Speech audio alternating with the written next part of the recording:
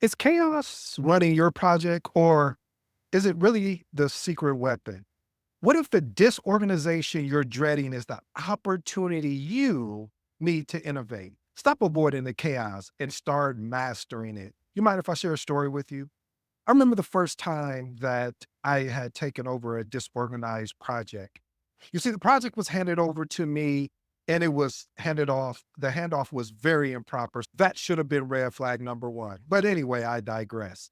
I got to my first scheduled meeting and it was like watching a substitute teacher step in. You know how that is when, I don't know about you, but for me, every time we had a substitute, it just seemed like the class forgot their manners or they left it at home.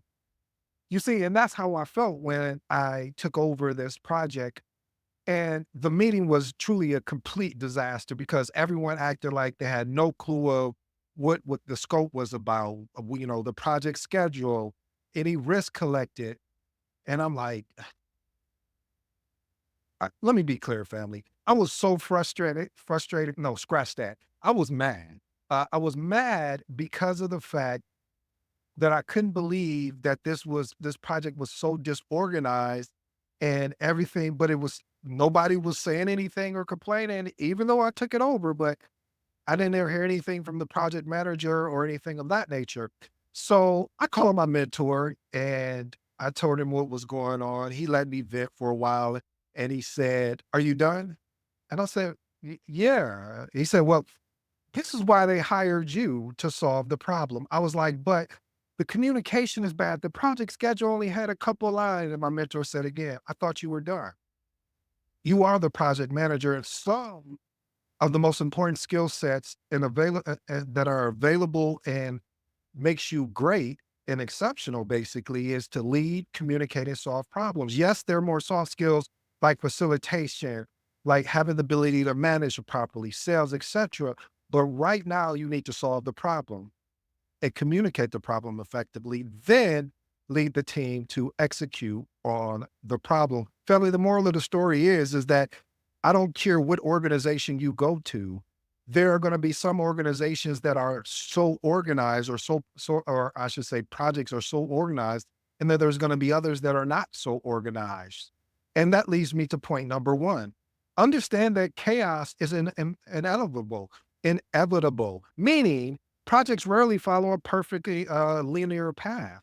You need to expect perfection leads to frustration while accepting that chaos is the natural part of the process fostered keeping a more adaptability or adaptable mindset. I have to be upfront with you, family. That is something I had to learn the hard way, especially when you go, if you do this thing that I love, that I hope you fall in love with called project management, where you start taking certifications and you're learning, the proper way how to set up a project. And you go into an organization and it's disorganized, or I should say that project is disorganized. You're like, well, how did this person, survive this long leading this team and having success or whatever type of success they did have? Here's my actionable tips. Shift your mindset to view chaos as an opportunity for problem solving. Again, family, this is why I love this thing called project management, because problem solving is a transferable skill. I don't care if it's your personal life or a business, having the ability to look at chaos as an opportunity for problem solving. My next actionable tip: when challenges arise, pause to assess the situation objectively and identify opportunities for improvement. I also want to throw in there the importance of getting a mentor or a coach. I always recommend that because if I didn't have that conversation with my mentor, I may have went back to lead that project with a different mindset. And meaning the mindset that I should have used of leading that team. So I'm grateful that I had a mentor that I could call that he allowed me to vent. He allowed me to get my frustration out. And then after all of that was done, he said, "Okay, now this is what we need to do next." Point number two, the importance of receiving a proper handoff when a team member goes on vacation or leaves the organization. One of the things about a family, inadequate handoffs can lead to missed tasks, confusion, and of course, a lack of accountability, especially during key project phases. Here's my actionable tip. Establish a formal handoff process, including documentation of ongoing tasks, outstanding deliverables, key contacts, and most of all, any major or even minor decision points that were made. Ensure that team members scheduled to take over have sufficient training and can access to necessary resources before the handoff occurs. Family, it's important that if you are the person that is handing off, that you set that project manager up for success, or give them and give them as much as information that you have. Point number three, managing ego in long tenured employees. Whew. You know, I'm gonna stick to what I'm thinking here, because if I don't, because I really want to go on a tangent, and I know you guys want me to, but I won't this time. I'll keep it. I'll stick with what we're talking about. Experienced employees may feel that their tenure gives them authority, which can lead to ego clashes with newer project managers. Okay, I'm sorry, I can't do it. I just gotta say it. This is something that if a new project manager was coming to me, this would be one of the major things I would tell them to watch out for, is when you go into an organization and there are tenured employees. And when I use the word tenured, meaning employees that have been there anywhere from 5 years on up, more 10 years, because there is a challenge. This is not even in my talk. It's just, this has happened to me. And I always said I'll be transparent with you guys, that can help you so you don't have to go through what I did. You can learn from some of my mistakes so you can be so you can be a better project manager at the beginning of the stages, instead of having to go through these challenges and different changes. Okay, back to what I was saying. But this is so important for a new project manager. And when I say new project manager, I am referring to a project manager that is coming to a new organization or new department, or this is their very first project. All of that to me is considered a new project manager, because of the fact of you're going to have to understand the culture. So here's my actionable tips. Address ego issues with diplomacy, acknowledge their expertise while establishing clear roles and boundaries. That last piece, family, establishing clear roles and boundaries, are going to be key. You're going to also want to use constructive feedback. And here's my secret weapon: private discussions to address any problematic behaviors before they affect the team dynamics. That's one thing I'll do. If I notice something with a project team member, I normally pull them to a side, or a stakeholder, I pull them to a side and first have that one-on-one private conversation with them to find out what's going on. And this may be, and the reason, something that the issue that may be in place is what leads me into point number four, is building trust with a project team that lacks trust. See, teams that lack trust in their project manager or one another awfully struggle from what I call the CCP: communication, collaboration, and productivity. Again, CCP: communication, collaboration, and productivity. If we're not communicating properly and the communication is breaking down, meaning I'm not going to talk to this person, or I'm not going to talk to, and then we start creating silos, which messes up our opportunity to collaborate, which then interrupts our opportunity to be productive, then we have a challenge on our head. Now, this project, we already know what is about to happen to this project. This project is not going to have the success that it could be or should have. Here's my actionable tips. Build trust by being transparent, consistent, and supportive. Hold one-on-one meetings to understand individuals' concerns and resolve them. Demonstrate reliability by delivering on your promises and supporting the team through challenges. Point number five, establish strong communication channels. Poor communications, family, can create confusion. Matter of fact, it will create misalignment among team members and stakeholders. This is what I would recommend as my actionable tip. Set up a regular communication cadence, such as weekly status meetings and share project chat, to keep everyone informed. The goal is to keep everyone informed. No one should be blindsided. Nobody should say, "Oh, I didn't know about that," or nobody should say, "Well, when is this happening?" Everyone should be able to understand everything that's going on.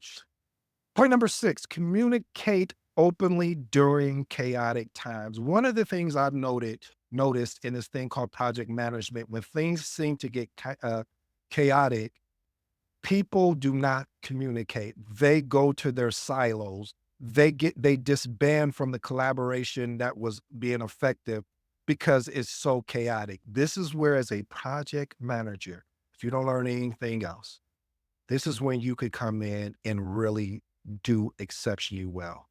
Because when things get chaotic, communication breaks down, could exacerbate the disorder. Clear, transparent communication helps everyone stay on the same page. Here's my actionable tips. Increase the frequency of the team check-ins during chaotic phases. Family, I would perform so many check-ins when I noticed the project was getting extremely chaotic. And I wasn't trying to tamper down the chaos. What I was trying to do, oh, I like this. Watch this, family. I was trying to keep the team member, or I should say the project team, still focused, even though we're in a storm of chaos. It's like you're in the eye of the storm, but you still got to keep focused, keep executing, keep moving forward. And eventually the chaos will, simmer down. Here's my next actionable tip. Encourage team members to share updates, concerns, ideas, and creating an environment where everyone feels heard and informed. Point number 7, foster a culture of transparency and feedback. Listen, family, when issues are hidden or ignored, disorganization over time will start to fester and compound over time. This is why I always tell you, we want to get to the root, not the surface layer of what's going on. Anytime we attack a surface layer problem, we waste our time. But when we attack the root, we automatically knock out the surface layer because now we find out what the real reason of why we're not getting the proper support on the project. Why is things going? Why are we over budget or why are we not on time? Here's my actionable tip. Encourage team members to provide continuous feedback and raise concerns early. And my next one is regular review process to identify what's working, what isn't, and let's just make some adjustments where needed. Point number 8, establish clear decision-making protocols. One of the things I always talk about, family, disorganization occurs when decisions are delayed or unclear due to a lack of defined decision-making authority. One of the actionable tips that I would recommend is a RAID Q log. If you don't know what that is, the acronym stands for risk, action items, issues, decisions, and questions. This is important, family, because when you are in a meeting, being able to document that and then putting this RAID Q log in a secure location so that only certain people have access to it in case there is some sensitive information on there. Here's my next actionable tip. Define who has the final say for key decisions. Outline the process for escalating issues. Let me park here parenthetically, family. A lot of times when we have to make escalations, a lot of project managers don't know who to escalate to, or they think that they should take them. I don't know. There's some of that self-sabotage type thing, or they're in a toxic work environment where if they went to their manager, all their manager's going to do is push it back on them. And that doesn't do the manager or the project manager any good. So it's important to outline a process for escalating issues to ensure timely and efficient decision-making process. My bonus for today is create a centralized repository for information. Projects get disorganized when documents and communications are scattered across different platforms. Here's my actionable tip. Use a shared drive or project management tool where all documents, timelines, updates are stored in one location for easy reference. Here's my 3 transformational remarks, family, and I'll let you be on your way. Point number 1, understand that chaos is inevitable. I don't know why I struggle with that word, but inevitable. Expecting perfection leads to frustration. While accepting that chaos is a natural part, but again, family, we have to shift our mindset to view chaos as an opportunity for problem solving. Point number 2, managing ego in long tenured employees.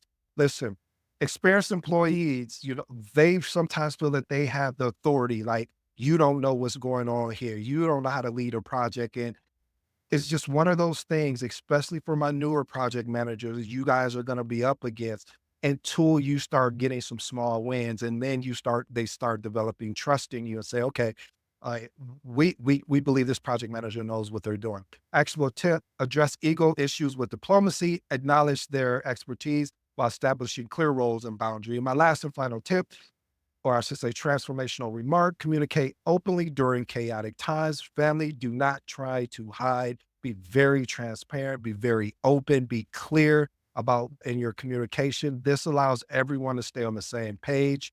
My actionable tip is encourage team members to share updates, and concerns and ideals, creating an environment where everyone feels safe and heard. Well, family, I hope you enjoyed today's episode. I go by the name of ED. For you smart and intelligent folks out there, that just simply means Ed. Until next time.